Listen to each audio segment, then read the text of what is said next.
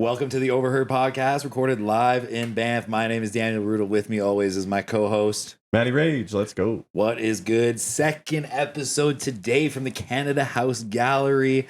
You might have noticed the art behind us has changed slightly. This art is actually from Michael Cameron, a Banff-based artist. Tons of great pieces around the gallery here. We can't thank him enough for hosting us. What a great location. No doubt. Have a chat. Awesome location. Good backdrop.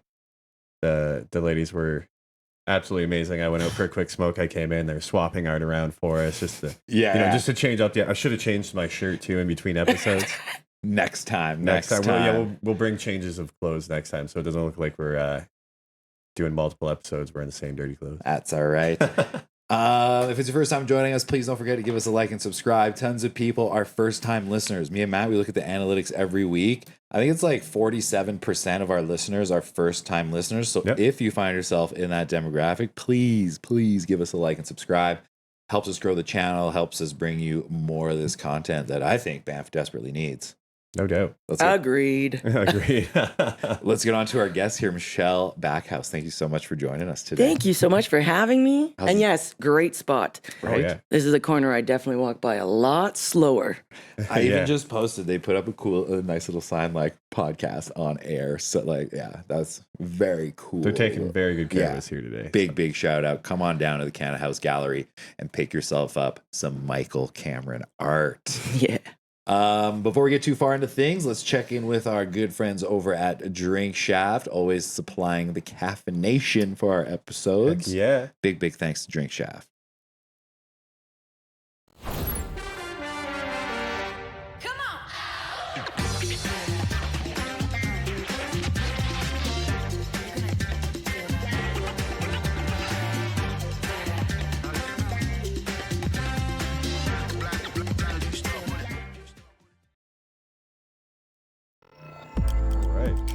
We're back, baby. We are back. But if you haven't met Michelle, we have a little bit of biography for her here. 12 years ago, Michelle Backhouse moved to Banff from Ontario, chasing a longer ski season. What started as a few winters working at the ski hill and juggling part-time jobs quickly turned into a full-time love affair with this valley. A lot of folks first got to know Michelle through BanffLife, a town program for young adults. She spent those years building community, tackling tough conversations around mental health and addiction. And let's be honest, probably convincing more than a few people to join a pasta night or a volunteer shift. Quite persuasive in those means, for sure. From there, she became one of Banff's friendly faces through the Ambassador Program, which is where we first met. I remember you from the Ambassador Program a long time ago. Nice. Welcoming residents while representing Parks Canada, Banff Lake Louise Tourism, and the town. Basically, if you asked her for directions back then, you probably got an answer, 3 recommendations, and a big smile. These days, Michelle pours her energy into food security and policy change with the Bow Valley Food Alliance, working to make sure food is treated as seriously as healthcare. For the past 5 years, she's also served as a volunteer firefighter with the Banff Fire Department, role that's given her a whole other perspective on what it means to keep this community safe. Michelle has a proven track record of serving the community in many roles. She's known for her ability to have challenging conversations, build bridges, and find solutions rooted in community care and collaboration. Now she's bringing all of those experiences into her run for Banff Town Council with a focus on community well-being, resilience, and making sure everyone's voice is heard. Thank you so much for joining us. Oh, thanks again for having me. I think those are some great core tenets to live by. I think community obviously being a core focus for all of us, not only those running for council. I don't think all of us would be here as long as we have without a strong sense of community. Yeah. Oh, yeah. Right? This community is our family. Oh, no doubt. Let's start with, what is it about Banff that wanted to make you build a life here in the first place? Well, you kind of alluded to it. A longer season. Snowboarding brings me a ton of joy, and so I needed a longer season, deeper snow, and so that's what initially got me out here. I've got a best friend who planted some roots and really set the dream and the expectations, and so 12 years ago, came out on a little vacation, decided, nope, this place is really I got a fling here, a winter fling, and that turned into a full love affair. And so a real true love story. What started with the mountains and our seasons started to grow into a love for our community. The smiles here are truly genuine, and the hospitality is incredibly unbelievable. That's true. So I got welcomed in, and then that was easy for me to start welcoming other people in. And yeah, I think the hospitality point is a super good point. It's actually part of what brought me back to Banff when I moved away, is moving to another city and like going to, say, a bar or a public setting, trying to meet people and have people just straight up not interested in talking to you or meeting you. It's a very common thing in bigger cities, or I don't know, Banff does not have that vibe at all. No, I think, from coast to coast to coast, we bring a lot of those trademarks, whether it's, boating culture and you're waving to the people next to you, or just you start to see those faces over and over again, and we're not looking down, we're looking up. We make eye contact, we smile. You see a camera in front of someone, and you usually, if it's a selfie, you're offering to take that for them. It just brings me into, hospitality starts in the home when you're visiting family members or having people over. And I felt that in this community. So it's that for me is like, wow, that exists and that can keep on existing. And I really want to hold more space for that. So yeah. Sure. I think we've all probably had a homie crash on the couch their first couple of weeks out here, try to find them a job, get them hooked up with an apartment. Like I've had a couple of homies come out and done the same thing. Just, yeah, man, crash at my house. I'll see if I can get you a job at the restaurant and wherever it was I was working at the time, and get your feet on the ground. I mean, it's pretty common out here to just welcome people in without really any hesitation, right? And share all the good things that are working for you. So oh, there's a deal here, there's a quiet time there. And so we really are enhancing each other's experience through just being hospitable. Fair. I think that's a great point, and you're the first one to bring it up. And I think it's something we will touch on a little bit later, especially when we're talking about the big term over tourism. But we'll get to that when the time comes.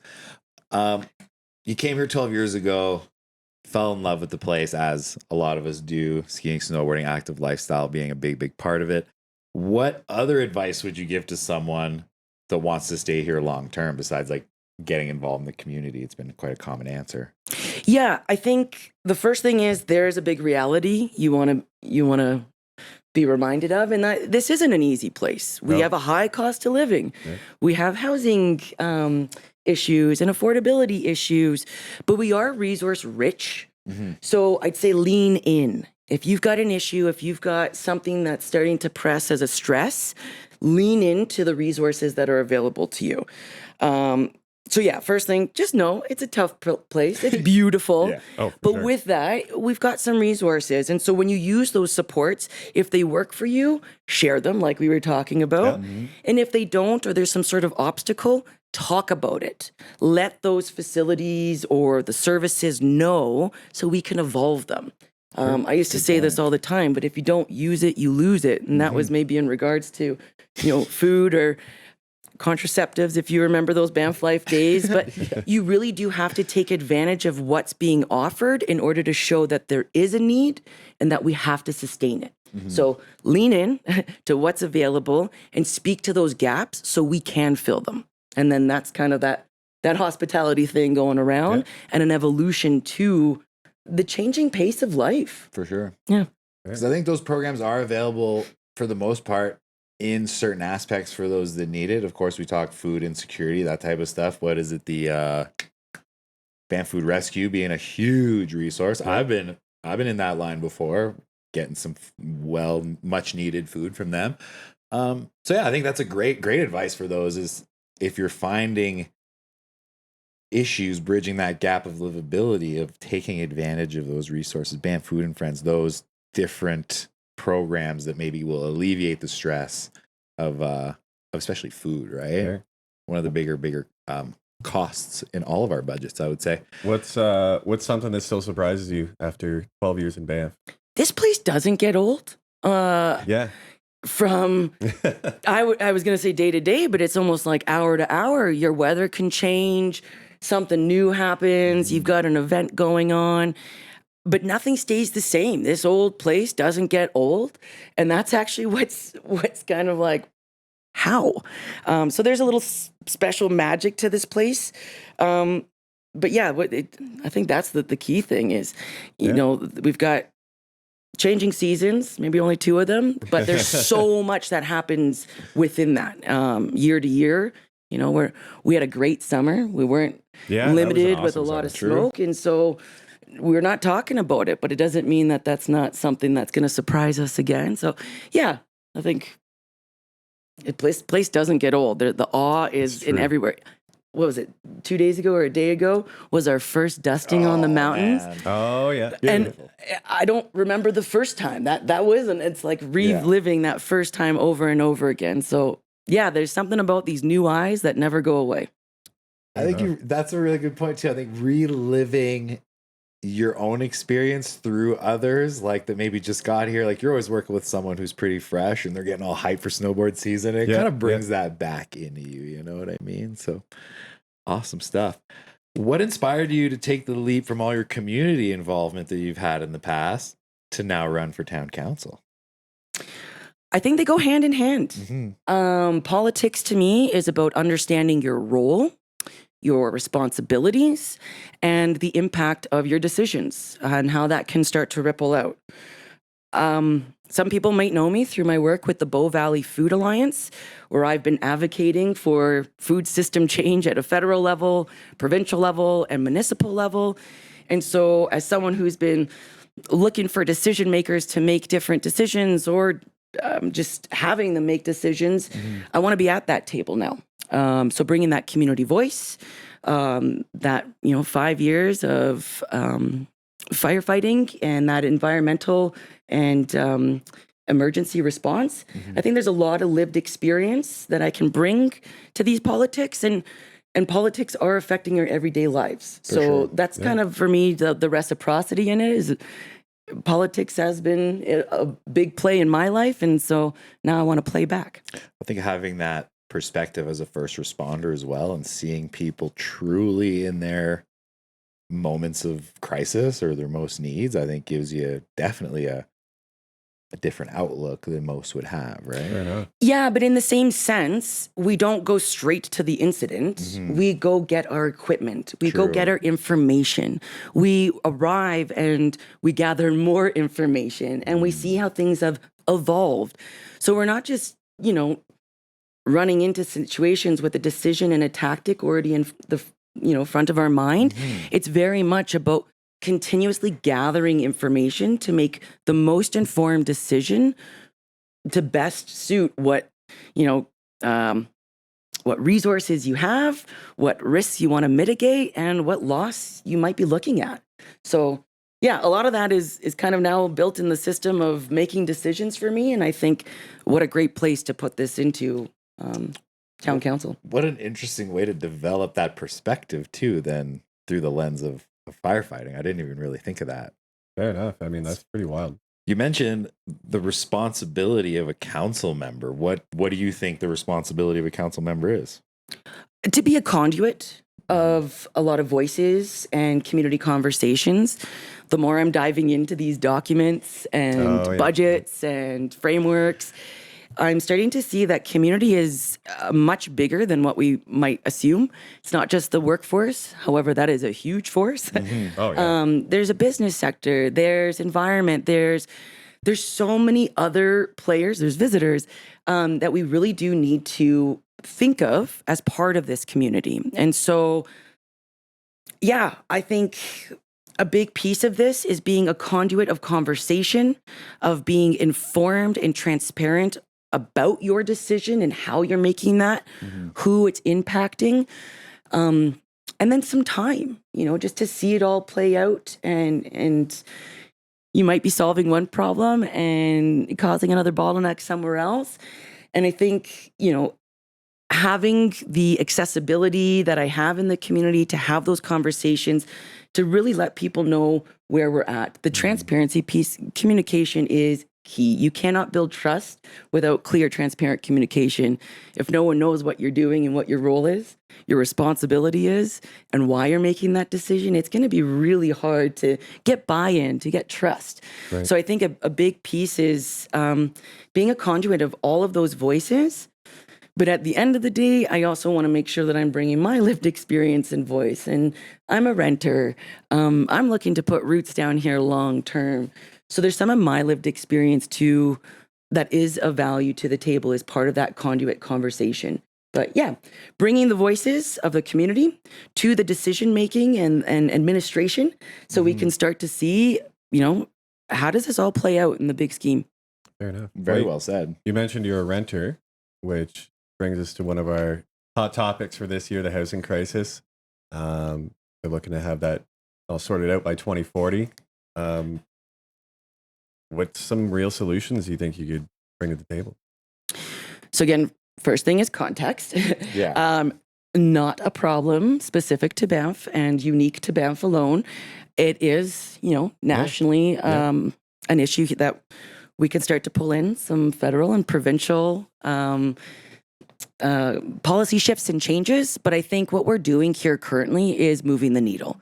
The town of Banff has stepped in and put in units like the Astor and Tinu, and now we've got 50 Wolf Street. So I think the town is moving in the right direction. We've got some bylaw changes that have increased a number of units going online. I think we're at well over 430 units. Yeah, we just talked I think it was 429, 439 is something like 420 or 439 or something like that. In development, in various stages. But Kaylee said that was more units than have been built in the past 10 years that are currently in development in some stages. Or approved, Or approved, right. So we're certainly moving the needle. So I'm excited to see what that looks like. Because it's actually happening. We're seeing builds go up, homes being created, and that's going to meet the need. I think a bit of a collaborative mindset and approach too. So if you're watching council, actually, there is also another collaboration with the town of Banff and Parks Canada for potentially another staff accommodation. Okay. So I think a lot of those types of solutions can be visited by other businesses and organizations. But the staff accommodation, I really want to address maybe from a third party or a nonprofit perspective, because we've heard in our community social assessment that having your workplace attached to your home can be very precarious.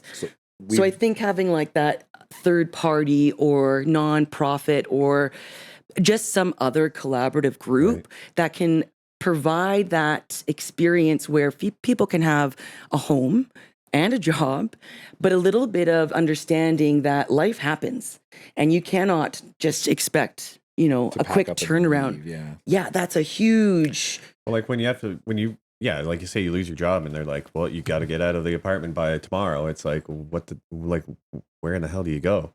Especially here, it could take you months and months to find housing.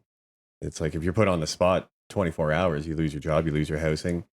It's like, where do you really go from there, right? So I think we have an example of this in a community that's pretty similar to ours when you look at Jasper and what's happening right now with the interim housing for those that were affected by the wildfires, right? So it is, I guess, it's not glamorous looking from the outside, but I've talked to people living in those units, and what they've highlighted as good points is that it is managed by a third party, which in this case is the Red Cross. So again, they have that stability of knowing that at least they have these places to stay for at least, I think it's 2 to 3 more years that they have. Okay. But the model of it being paid for, I think, by the province and then managed by a third party is something that offers that housing security to people, especially in a vulnerable time. Now, you can argue we're not as vulnerable as people affected by a house fire, but our frontline workers are in a state where housing is, I'd say, the main concern, right? And I think that point of having your housing disconnected from your employment is something that would drastically improve quality of life for the frontline workers. So, for sure. And we have heard about that. The town of Banff does a community social assessment. And in that, a bunch of folks identified both pros and cons to living in staff accommodation. But the pros we can celebrate, the cons we should be addressing. And I think that precarious living scenario is something we do have the ability to move the needle on. As the town of Banff, they have staff accommodations. And just working with developers and other businesses, I think this is something that we should look at a lot closer, a lot more thoughtfully, because housing is one stress. Working is another stress, and maybe even getting enough hours to make money for your rent. Those are all connected. So I think if we can separate those to give a little bit of breathing room and a little bit of independence. So if one of your basic needs, like housing, drops, you're not worried about let's say work drops, you're not worried about housing and affordable food, or say the housing drops, you're still taken care of in some sort of food and work environment too. So I think for me, housing is intersects with affordability and food. It intersects with living wages. We know that a lot of the way we measure this housing insecurity and food insecurity is based on the cost of these things and a living wage or your wage. And if that wage isn't going up, then we're just going to see this problem get bigger and bigger. So I think the housing is being addressed. We've got some really progressive movement, but I think it can have some more holistic and nuances about affiliations of need and how to make that a little bit more safer and secure for the person who's in that situation. So maybe we can tackle the housing problem from a different angle than just supply, right? Like maybe absolutely. By managing some of these adjacent problems, kind of solves it by default, right? Yeah, and something I'd also like to talk about is those accessory dwellings. Like this is giving current people who have homes and the opportunity to put more folks under roofs, the ability to do that where they're not taking on that financial burden. So I'm a big believer in all the movements that are going forward, but I think we still have some room to grow, some opportunity. Well, I'm glad you brought that up because it brings us perfectly into our next question, which is some residents worry that the new density, and specifically when it pertains to parking, could be a slippery slope as far as congestion and other issues that it brings. What would you say to those people that are concerned specifically about that? So I think, again, more context. When is this density and how is it affecting us? What streets, what areas? So I think looking at these issues in maybe kind of like a stats and data driven way. But I also think, it is a privilege to have a car. And for me, it's, an extra accessory. I don't need it. So I do want to speak to the needs of accessibility issues in our town and folks that have that lived experience that do need to prioritize or do need to have priority parking and the need to have a vehicle and access to that. That's not, causing them more issues of moving around in this town. So, new parents and accessible parking, I think, is something we could focus on to address these. And maybe moving some other bylaws and things like that. So, downtown parking and residential parking, maybe we start to look at areas that can affect if we move the residential parking up some streets and around. But I think it needs a lot more attention. There's that human use framework that's been proposed. I think it's got a lot of information that still needs to come to the table. It is a bylaw that's got a lot of buzz. Of course, yeah. But I've also been asked a lot of questions about a carless Banff. I think that I think would be a little extreme. Well, we have mentioned it. Actually, you're not the first candidate to mention the idea of a car-free Banff. And let's be clear, I am being asked this, and so that's why it's at the top of my mind. Like, okay, this is coming from the community. I'm not thinking these ones up. But if people are going to be speaking about this, then okay, what do we have as examples? And we know that towns have literally been planned out with that in mind. So we haven't been designed with that framework in mind. So there would be a lot of research that would need to go into this and thoughtfulness. But it's something to be considered if we have environmental and ecosystem on the front of mind, if we want to lower emissions and still take care of the folks that are wanting to come here. We know that single vehicles is part of our issue. So again, holistic solutions to this one issue. And I think that really dialing in which streets, who's having the parking issues, and making sure that the folks that need it the most are getting the most attention.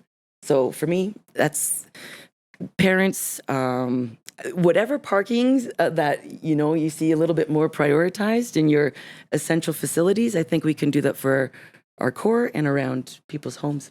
Interesting. Okay. When you look at the community plan, have you been over the community plan? Oh, yes. I'm sure you have. Oh, yeah. What elements of that plan do you resonate with the most? And are there any gaps that you feel could be filled a little bit better? Ooh, it is a thick, aspirational plan. Yes. And something that is a framework. And so something that excites me the most about it is it's been collaboratively created. So it hasn't just been the town of Banff. There's been a lot of players who have been involved in this. So that excites me about the collaborative moving forward. It's very much in line with the lead Tourism for Good. Yep. So we can pull in tourism. And it's very aligned with Parks Canada's plans. So, and they've been in this decision making and consultation for a while now too. So I'm most excited about the collaboration. I feel like we may have seen some silos and some separate agendas and things being moved, but now we have documents that are literally helping us braid our outcomes together. So that's what excites me the most. Again, it's aspirational, so there's not a lot of tactics, and again, that would be on administration. So I'm really excited to see how some of these tactics and outcomes get brought forward in a collaborative approach. How they'll be turned into action, basically, right? You can plan all you want, but when it comes to implementation, it's a whole nother ball game, right? Yeah, and are we implementing actions that are aligned with and supported by, in different ways, Parks Canada and Banff Lake Louise Tourism and any other of these bigger agencies that have common goals for everyone who's coming to this place? For sure. I think we cannot be blind to the fact that tourism is a big part of why we're all here. We cannot be here without tourism. We were, most of us, at one point, a tourist here. So we were all once tourists at some point. Exactly. And if not, we have a lot of family members who are coming over, or friends and or visitors that are part of our visitation. Exactly. Which brings us to over-tourism. What does that term mean to you? Do you think it's a problem we're faced with here in Banff? Over-tourism. Great word, still to be defined. And it always comes up as a spelling mistake in all the storyboards. So Webster, I don't think, has it as an official term. Yeah, if you're underlined in red, we've got some discussion to have. But yeah, maybe that needs some more defining, so we can get a little bit clearer on what exactly is the issue, so we can find a little bit clearer some of the solutions. When it comes to over-tourism, I think that means we might want to look at, instead of marketing, management. Yes. If we've got a lot of people on our streets or a lot of cars on our roads, then I think we really need to start looking at, what does it mean to manage that, to move that? So just checking out my notes, because I know we've got a lot in this. But there are, again, a lot of supporting documents that really do help us lead into the right direction. But I think collaboration with a bunch of key players, this isn't, an over-tourism. When I think about it, if it's vehicle congestion, that might be an involvement of our Director of Emergency Services when we're thinking of evacuations. When I think about our sidewalks and, again, road congestion, we might be thinking of a visitor experience. So these are, one term, which is actually showing us a lot of little indicating issues that can be addressed in different ways. So whether that is... Oh, and this is something too, again, going through all kinds of notes, and it's not just the community plan, but also council meetings. And there's recently put on the agenda for council they had directed administration as urgent discussion. Let me rephrase all of this. The town of Banff has now been directed by council to have an urgent discussion with the Parks Canada superintendent about limiting private vehicles. So these are clearly issues heard by council and already brought to the table. So as new council enter, there's going to be a lot of information that they'll need to factor in for their decision making. So I think these are some key things to pay attention to. What is our current council doing to help us make a better informed decision? So that's that human use management framework that is on the table to help us make better decisions. Destination Stewardship Council that's looking to get formed, again, have more stakeholders at the table so voices are heard and more transparent solutions are happening. So yeah, this over-tourism, it's not going to be solutioned overnight. It's not just one solution, but I think we have a lot of information coming forward that the new council will be able to make a really educated decision on how and which indicators to start to move and which issues are most pressing to tackle first. But yeah, I think over-tourism has a lot underneath that. So if we can find out exactly what these issues are, get the information about how to address it, and have that collective solution that, again, all three big bodies are playing into. If Parks Canada is looking out for visitors, if Banff Lake Louise Tourism is looking out for the visitor experience, and the town of Banff is moving some flow around, I think we're all going to be in a great place. It's very well said. I think we get caught up a bit on jurisdiction when it comes to over-tourism and who can do what and who can't do what. Right. But I think your point of communication between these different agencies and involving community input, we've mentioned it before about having this open discussion with superintendent of parks, town of Banff. I think maybe looking down the road, whether it's Lake Louise, whether it's Canmore, different municipalities that are adjacent to us, I think working together to solve this riddle that we have as far as tourism. Because again, it's very subjective, right? Over tourism, Saturday long weekend, sure, it's busy. Monday afternoon, maybe not so much, right? Well, like March, a Wednesday in February, you know what I mean? Like there's nobody here. So it's exactly. It's a very particular problem to a very particular time of the year. So mitigation is not out of the question, I don't think. I think, like you highlighted, is communication all the way down the line of how we can get the proper messaging out, maybe around coming at different times, leaving your vehicle somewhere else. Well, for most of the people we've asked, a lot of them are just like, it's not really a people problem, a car problem. Like when it comes to over tourism, it's not that the park can't accommodate more people. It certainly can. It's just the amount of cars that we're seeing a day. Like when we're talking like 30, 40,000 cars a day, it's like, at what point, does it, like, would you ever support a cap on vehicle entry into the town site or like into the park if need be? With the information in front of me, that's going to support that. Yeah. But just sitting here right now, I don't know the benefits or the hindrance. So I wouldn't be making a decision right now. Something that's also something that we want to think about too in these now decisions is a lot of our roles and responsibilities are coming up for a renewal. So like the municipal destination marketing agreement, that's the agreement with the municipality, so the town of Banff, and Banff Lake Louise Tourism. That comes up in 2028. And so to revisit, what is our role? What is our responsibility? Because we've argued before that they've done their job as far as an entity of Banff Lake Louise Tourism, right? It's like, where does their focus shift next? And I think if you start to have those conversations, they're actually speaking to those gaps and filling them. So, leave your car. They're part of some of that messaging. And we may not see that all the time because we're not the ones looking to come into Banff.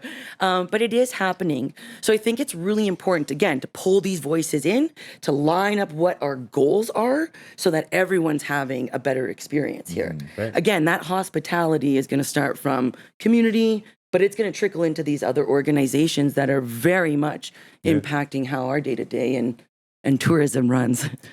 So from like a user perspective, obviously summer traffic is an issue or a perceived issue by some. What are some of the practical steps do you think council could take to address that, say, next summer if you had the opportunity? So there's that great page of how to travel to Banff, carless, car free. Yeah. Start there.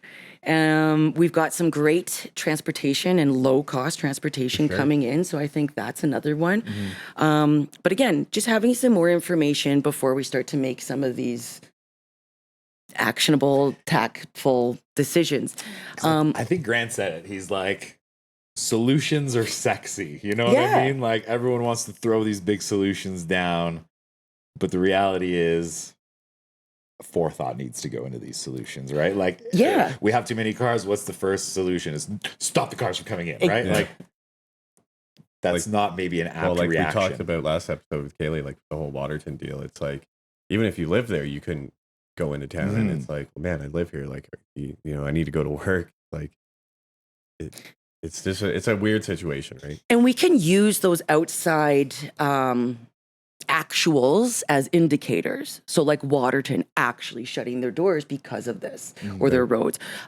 Lake Louise, Moraine Lake, actually having to be reactive in a response rather than responding and thoughtfully planning.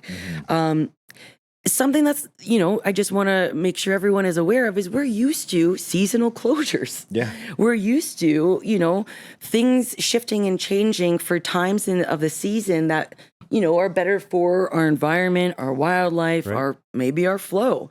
So all of these are on the table. But again, current council is getting us a lot of information. So the future council members have a lot of information to consume before making some of these suggestions. That's the whole reason why this human use framework is coming out. Right. And I keep looking at my notes because there's so many names of all these different groups, but a destination stewardship council, that's going to have a lot of players at the table. That's not just your Parks Canada, that's business, that's development, that's a lot of folks at the table. So I think these formulating of let's get some information, let's get some stakeholders, some lived experience here will allow some of these solutions like capping or those will come up. Those will be presented, and then the community will be able to weigh in, which is even more important. Well, I think that you're absolutely right. The council's voted in by the community to be our voice in those chambers, right?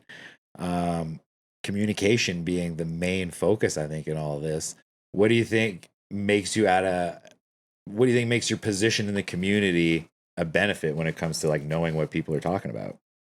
Right? Like, you've been involved with all these community groups. Like, you think you got your finger more on the pulse than others, maybe? Oh, big time. And if I don't, then someone's going to tell me how far off the pulse I am. I'm walking around the same streets as you guys, and I'm shopping on the same cheap day of the week as you guys. And so when things matter most, people rally up and they talk about it. And so I'm out on this. It's hard to miss it. And also, like, I'm invested in this community. I'm gardening at the greenhouses with you guys. And so when things come up, you talk about it. And the grapevine is real small. There's a whole Facebook page about it. There's a freaking podcast every Tuesday about it.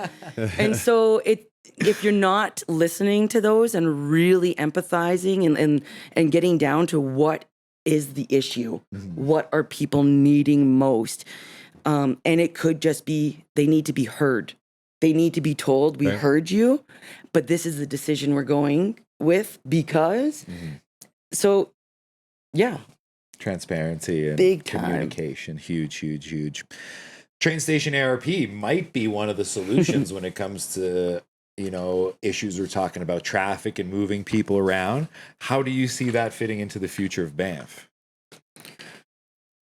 Again, there's going to be a lot of information that's brought to the table before, council gets to make any real actionable decisions on this. It's very much, you know, not fully in our jurisdiction. So I think it's important to realize what we can and what we can't do. I'm going to switch hats and just speak on behalf of Michelle Backhouse here, not council member, but I have been putting my 2 cents into all of these community consultations. And I think there, again, is pros and cons. You know, pro. We can be lowering emissions. We could be moving people out of cars into Banff on foot. That sounds good to me. Con, I've spoken about the greenhouses. There's a greenhouse there that'll be displaced. And that serves maybe a small community, but a mighty one.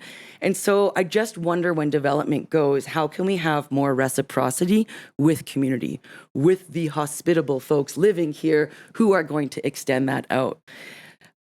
Again, me dreaming, not council. Of course, because there's going to be a couple other voices that you need to bring to the table in consideration. But we've got, a market that uses a parking lot. Could we not look at if there is infrastructure that's going up, a year-round market space? We've got cool. Christmas markets and things like that. And that allows small and medium-sized businesses that don't need, full like armies of staff to enter the market and have a bit of economic prosperity with the rest of us in different ways. Excluding the Christmas market, arguably. But yeah.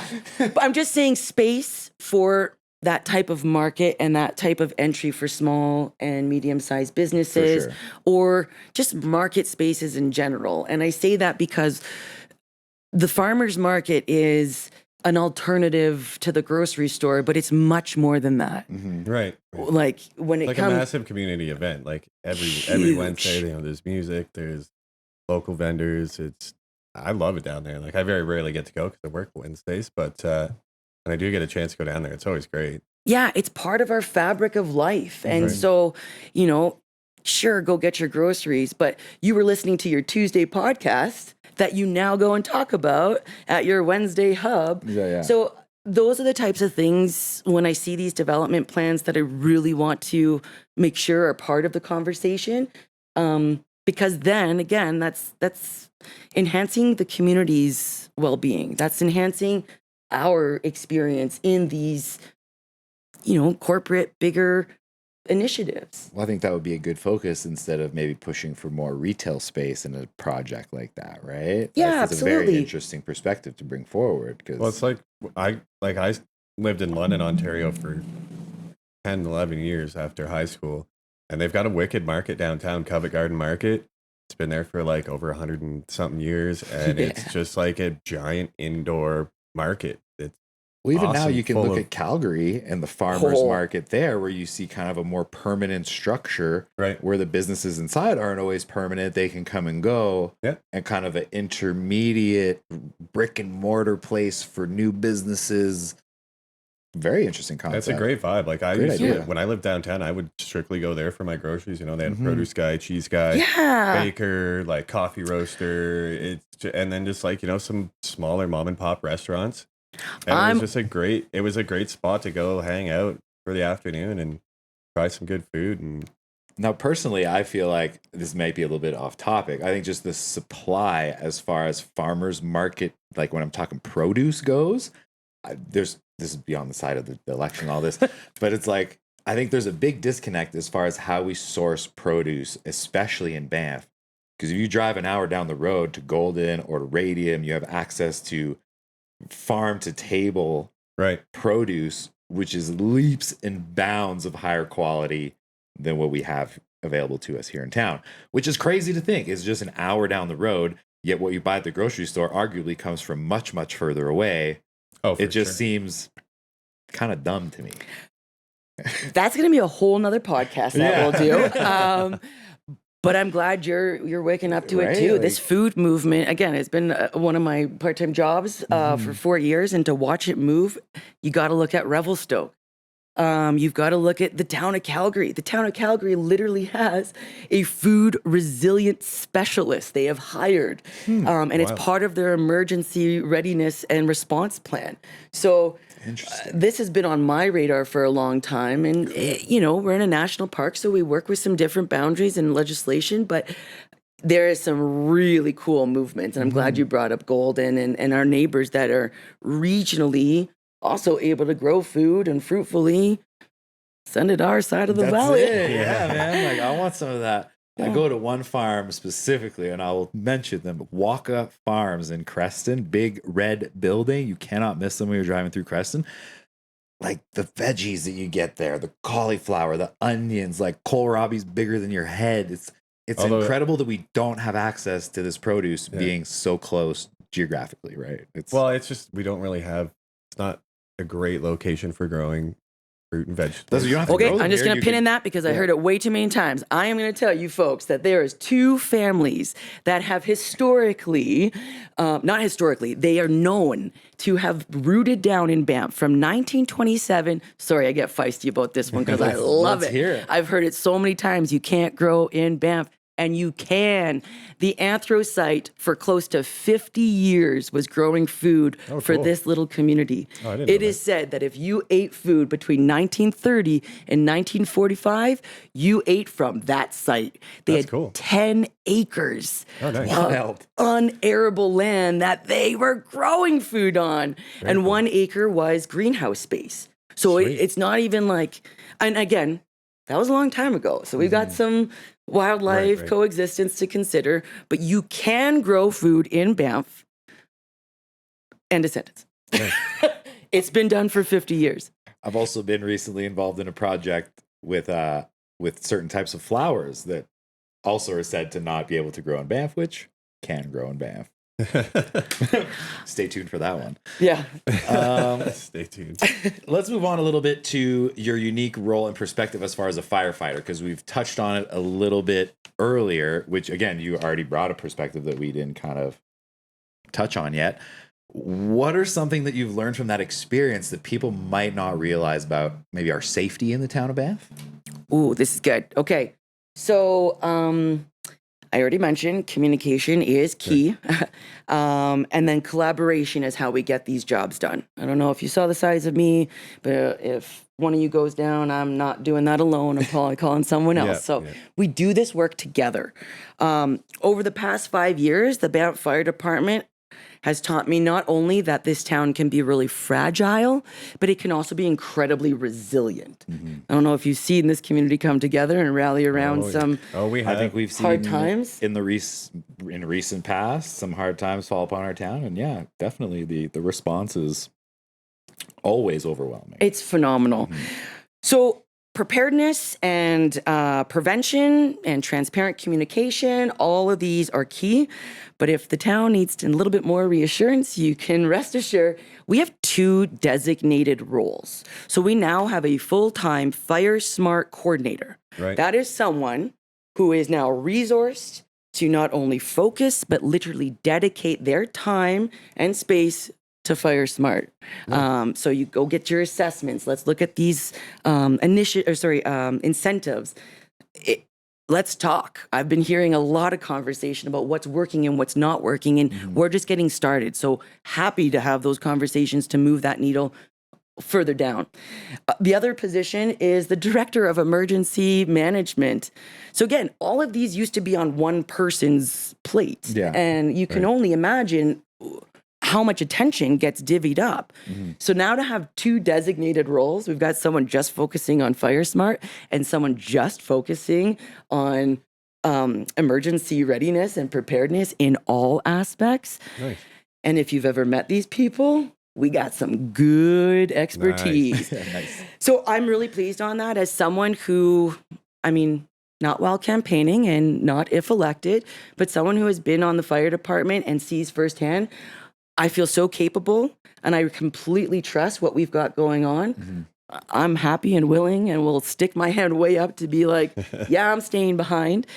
And I really appreciate it. I almost brought the evacuation plan and the alert plan, but we have so many resources. So the other thing I want folks to know is please don't just rely on your fire department and these individuals. It is a community collaboration. So we'll put some incentives out there, but they have to be taken up and taken in so we can, run out of sprinklers and order more. But if neighborhood to neighborhood we're not buying in, business and staff we're not buying in, then we might have a bit of an issue. But I don't see these current positions and what their well-roundedness and holistic approach. I don't see them leaving anyone behind. So yeah, I'm really confident, but I do have a bit of an inside. For sure. Yeah, and that's kind of why I wanted to ask you, like, yeah, what better person to ask than a firefighter? Like if people are concerned, again, there's been a lot of, when we talk about wildfire preparedness or emergency planning, there's a lot of kind of fear mongering that goes. Well, that was like the whole thing. Sorry to bring it up, the ped zone. People were like, well, what if like town has to evacuate? Like everybody across the bridge has to get down out of town. Like, were they just going to bulldoze all the patios on Banff Ave to get everybody out? Like I mean, people tend to make big deals out of anything that they can sometimes, but. And again, the way from what I've seen the fire department works and how I'm bringing this in is you go to an incident that there's going to be risk. So, and then you find out what resources you have, what risk needs to be managed and mitigate. And you risk a lot to save a lot. I'm saying that all wrong, forgive me. But there is a little slogan about, risking, you manage your risk versus gain. Yeah, and I think that is a huge concept we might be forgetting in a lot of this. There is a process and a system to how these decisions are made. And when they are agreed on and communicated clearly, we efficiently manage all kinds of risks. I think maybe the community just needs to look at what is available for the community, signing up for the alerts, reading these evacuation plans, having your own ready bag. Right. I mean, these sound a little bizarre, but they're not far from the truth of what we saw in Jasper. Exactly. I was going to say, look at Jasper. Like I don't know. Sometimes I guess we kind of think just because, it's Banff, like the government or like someone will come save us, like, you know what I mean? I've said that multiple times. And it's just, they're like, there's no way they'll let anything happen to the park. But, man, a wildfire's a wildfire. Like, it's not just going to get in front of it and spray it down with your garden hose, you know what I mean? So... And if you talk to any environmental group, they're going to laugh at any type of management and master plan because in environment, there's no plan. There is no mastering. That is the master. Well, I think actually one thing that jumped out as we were talking about that is one of the gentlemen I spoke to in Jasper specifically said the biggest thing that he learned about from that fire in that situation was to keep his vehicle filled with gas. Yeah. Because when it went down, you couldn't get gas, the lineup, and like they had to drive to the neighboring community. What was it called? Hinton, exactly, which is like a significant drive. And if you don't have a full vehicle of gas, so that would be, it kind of. I've been driving around with a full tank of gas since I arrived here. And something crazy I may have not mentioned is when I first got here, I actually started working for the visitor centers. And my location was Lake Louise. Oh, okay. So I don't know if you guys remember what happened in 2013. The flood? Yeah. Oh, right. So I couldn't get to work and had to work at the visitor center and help navigate visitors' experience during their travel disruption.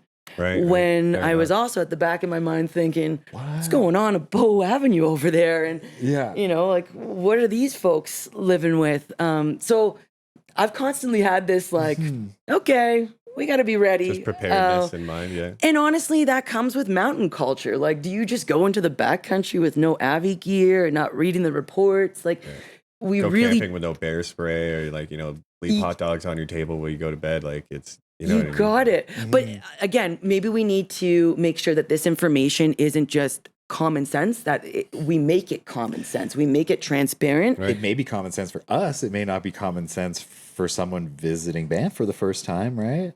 Well, fair enough. Like, even it took even your first year out here, you're still just learning. Like, okay, like I do need bear spray. Like, this isn't Ontario. Like, you're gonna run into more than a deer in the woods, probably. You know what I mean? So it's it's just where we live, right? It's true. Yeah. I think communication, collaboration, definitely one of the bigger themes of this episode. Moving forward, what voices or perspectives in Banff do you feel need to be more heard at the council table? I think you kind of touched on it in that lived experience, that finger on the pulse of, and I don't think council's too out of touch with it, but I do think there's a lot of lived experience that might be,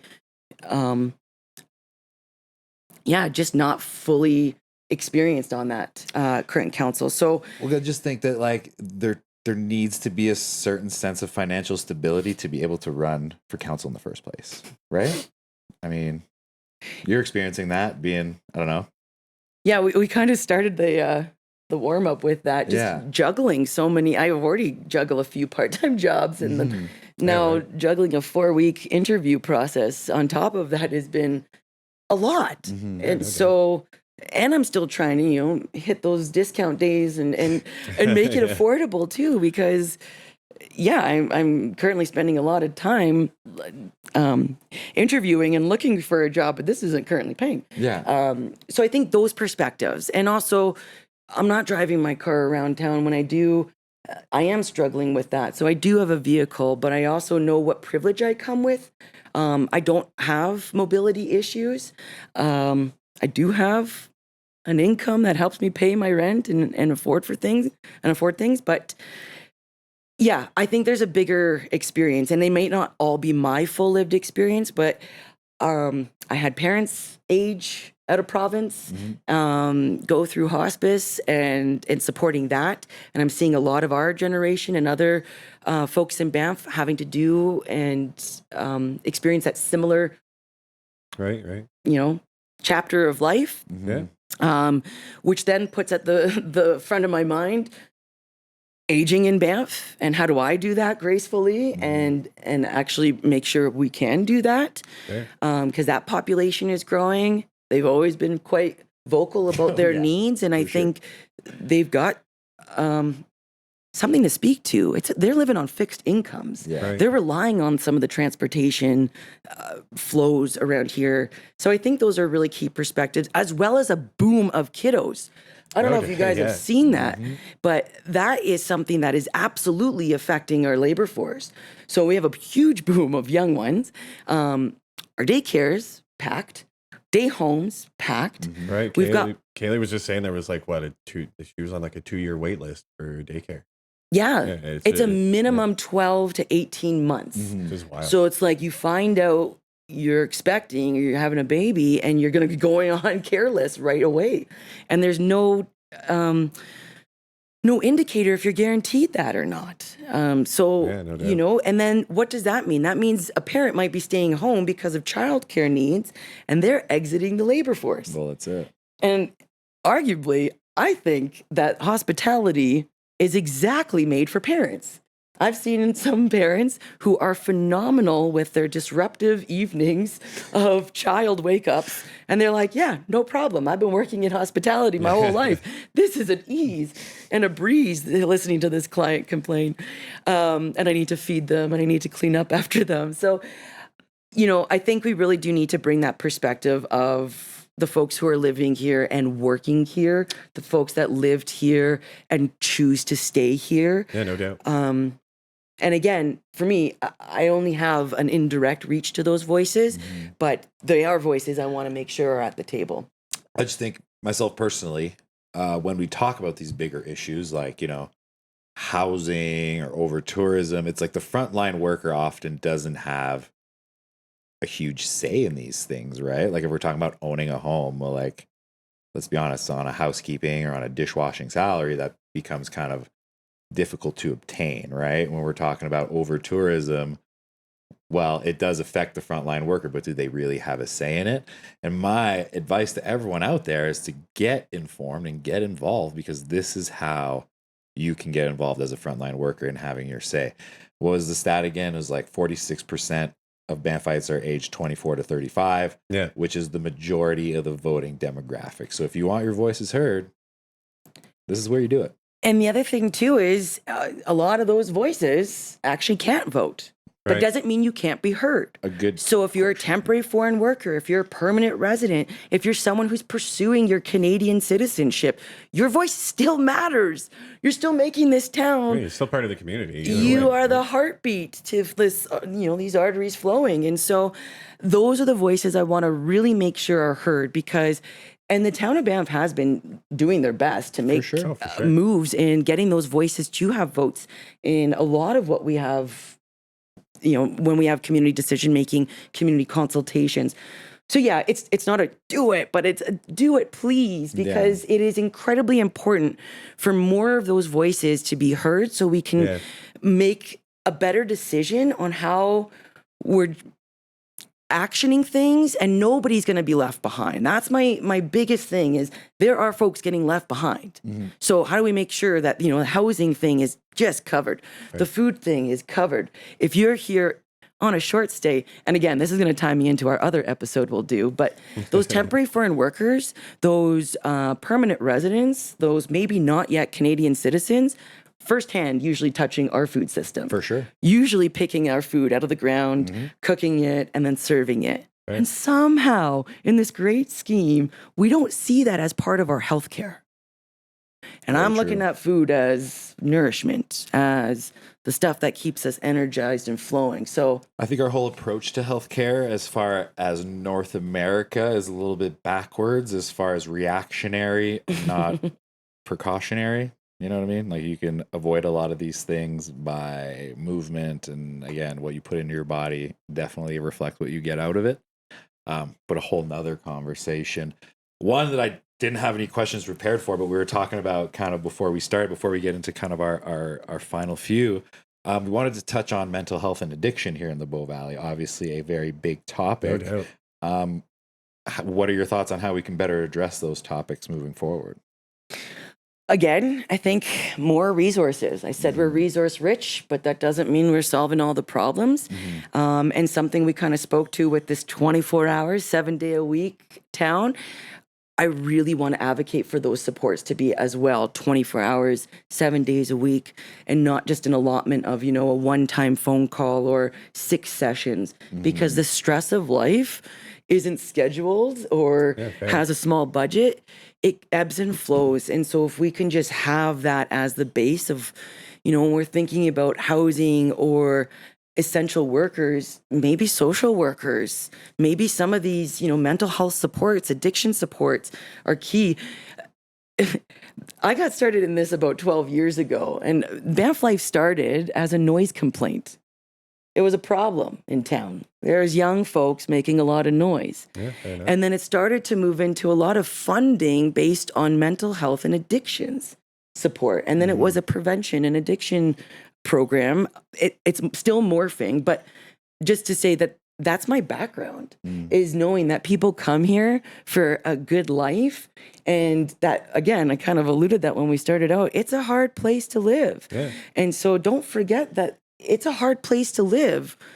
You need those supports, and you can't rely on, your friends or the bartender to be your outlet for, social support. There are actual professionals out there, and we do have a hard time hanging on to them in our town. So I think if we can look at that and prioritize that. Oftentimes, I think that's what happens, is as people fall through the cracks, as far as maybe their housing security, mental health, as all these stresses start to add up, the easiest place to turn to, obviously, is the bar or drugs or alcohol to kind of forget your problems and cope with it, right? Yeah.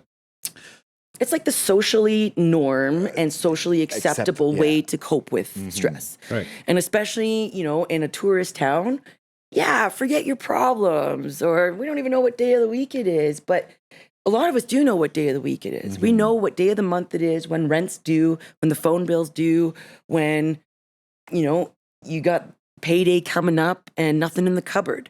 And those are everyday things that are actually affecting how we show up to work, affecting how we show up in our relationships. So I'm really glad you brought that up, because that is a key thing I want to bring to council, is the stressors of everyday inflation. Housing, it's creeping into everyone's backyard. But if we don't take it seriously and start to address it, it's going to be here, and we're not going to have thoughtful solutions. I think just the negative impacts of those problems are often pushed under the rug and not directly addressed. So I do, And sometimes they're considered individual issues, and individuals need to go and solve those.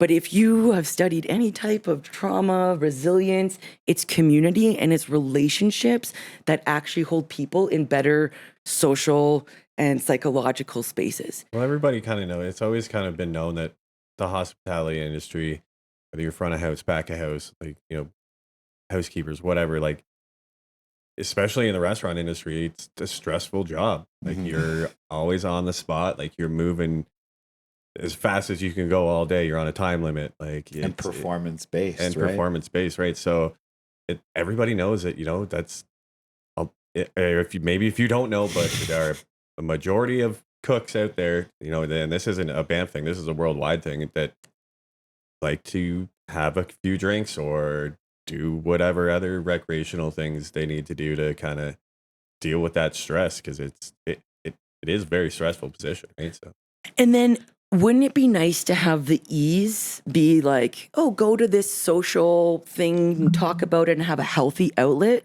rather than it be easy to just grab a discounted drink or your discounted cannabis day. Right.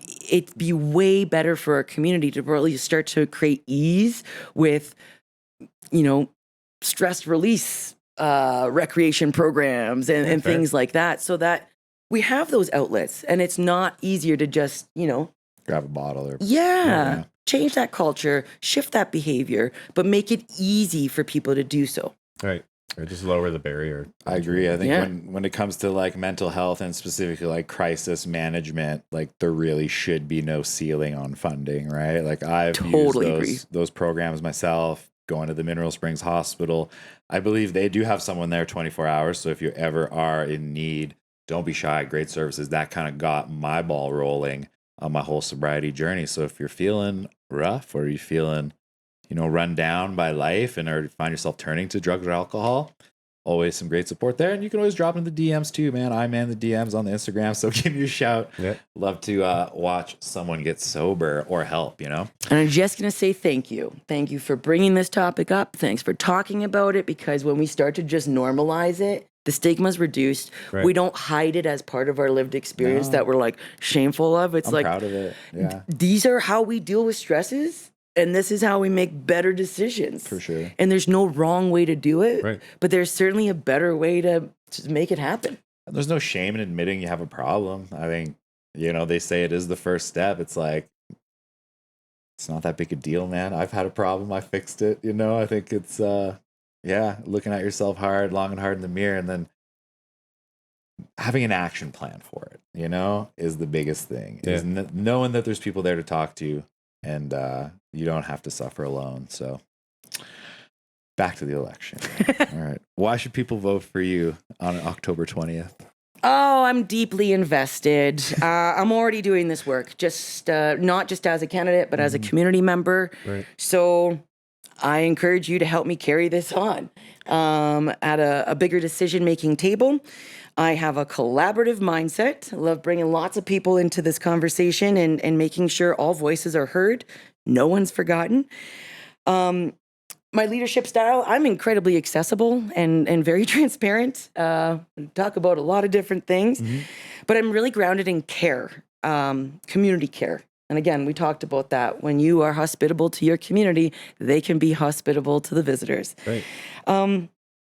And then just recognizing this isn't just a part-time role. This is a full-time thing for me. This is where I live, where I want to live and root down for my long-term game. And so I'm committed to this place full-time. Amazing. Well, you want me to get this one? After you, Matt, please. So this one we've been kind of asking all the candidates, and it's, what are you most hopeful for when you think about the future of Banff? That collaboration piece. So if we can bring that collaboration piece into our emergency preparedness, into our affordability and well-being, pulling in some of those big players so that it's on their frame of mind as well. So Parks Canada, BanffLife, Louise Tourism. Nice. And we have a lot of solid roadmaps. So that leading tourism for good or the community plan. Right. There's a lot of really cool roadmaps. And so I really want to see how we can line those up and collaborate on some of the solutions. Cool. Well said. Well, thank you so much for taking the time to come and chat with us today. Oh, really appreciate it. Great to hear your input. I think you got some really great stances on issues. We're very well versed on the issues as well. I know as a first-time candidate, don't have the advantage of maybe 4 years of prep or 4 years or being involved in the decision making that's led us to where we are. So I got to applaud you for taking the time to inform yourself on the issues. And yeah, come in and share your perspective with us. I got to applaud you guys for talking to all of us and really giving it a platform for people to get to know each candidate a little bit deeper. Yeah. Oh yeah, we wanted to give opportunity. We just wanted to give people an opportunity to, other than a little blurb in the Craig and Canyon or like, a 2-minute clip. What was Corey saying the other day? Like sometimes, you might get up to 5-15 minutes in front of people to like, get your point across, and sometimes it can be hard to, get out everything you want in that short amount of time. So yeah, it's been great having everyone on. And for sure, we saw a need for it, right? People deserve just representation. We get that not everyone is used to this platform, so it might be more nerve-wracking for some than for others. But I think the whole idea is to give our audience a perspective of who you are. Because when I see people online, especially like on Overheard in Banff Facebook page, which we are not related with, big shout out to them, but we're not related to them, is people throwing stones, right? Like just either uninformed or with no evidence, like claims that people are bought off and people are working for other entities. Right, and like, of course, everyone loves a conspiracy theory. But when you're throwing stuff around without evidence, I think that's a huge no-no. And like, you guys that are running for council are putting yourselves up to the criticism. You're taking your time. You said out of your, you still got to work your jobs. You still got to make ends meet to make this happen.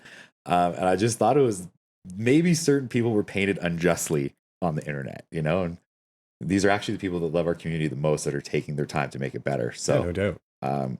We feel that you guys deserve that representation. You know what I mean? So, well, thank you. Yeah, this is a passionate town. For sure. I don't blame anyone for being passionate. Assumptions can be made, but yeah, Banff we're not perfect, but we're incredibly powerful. Yeah. Oh, hell. So yeah, I think. And the rumor mill too. I love crushing the rumors, right? Yeah. So like having people on me like, talking about this. But no, I think you raised some very good points, some that we haven't seen, some unique perspective, especially the whole firefighting perspective and the way they plan and prepare for crisis, I think is a good framework for how maybe we should plan and prepare for crisis. So thank you for bringing that to our attention. If it's your first time listening, Matt, how many of them don't subscribe every week? 70%, man. It's tons. We see you watching, just do it. We see you watching all. You're in there lurking, watching all the episodes. We got half of our listeners lately, anyways, have been first-time listeners. So if you want to know what's going on, smash that like, smash that bell, subscribe. You'll see when the episodes come out. We've got 2 coming out today. So 2 today. Potentially 5 next week. Yeah, we're trying to bang them out here so stay with us, and then plenty more beyond the election as well. Me and Matt been hard at work on post-election stuff, so got some very fun stuff coming down the pipe. Like and subscribe. Drop into the comments. Let us know what you think we're doing, even if it's bad. I want to hear it. I want to hear the input. Thanks again for everyone joining in. If you made it this far, go pick up some drink shaft either at the Rose and Crown or at Townhouse Liquor. Big shout out to Buy Hendo. They also do some really cool boozy stuff too. El Cocktails. Yeah. Go pick them up. Townhouse Liquor. You can find them all there. Thanks again for taking the time to sit with us, Michelle. Thanks for having me. Thanks for hosting this. Hey, we're not stopping. Thanks everyone for tuning in. Like every week. See you next Tuesday.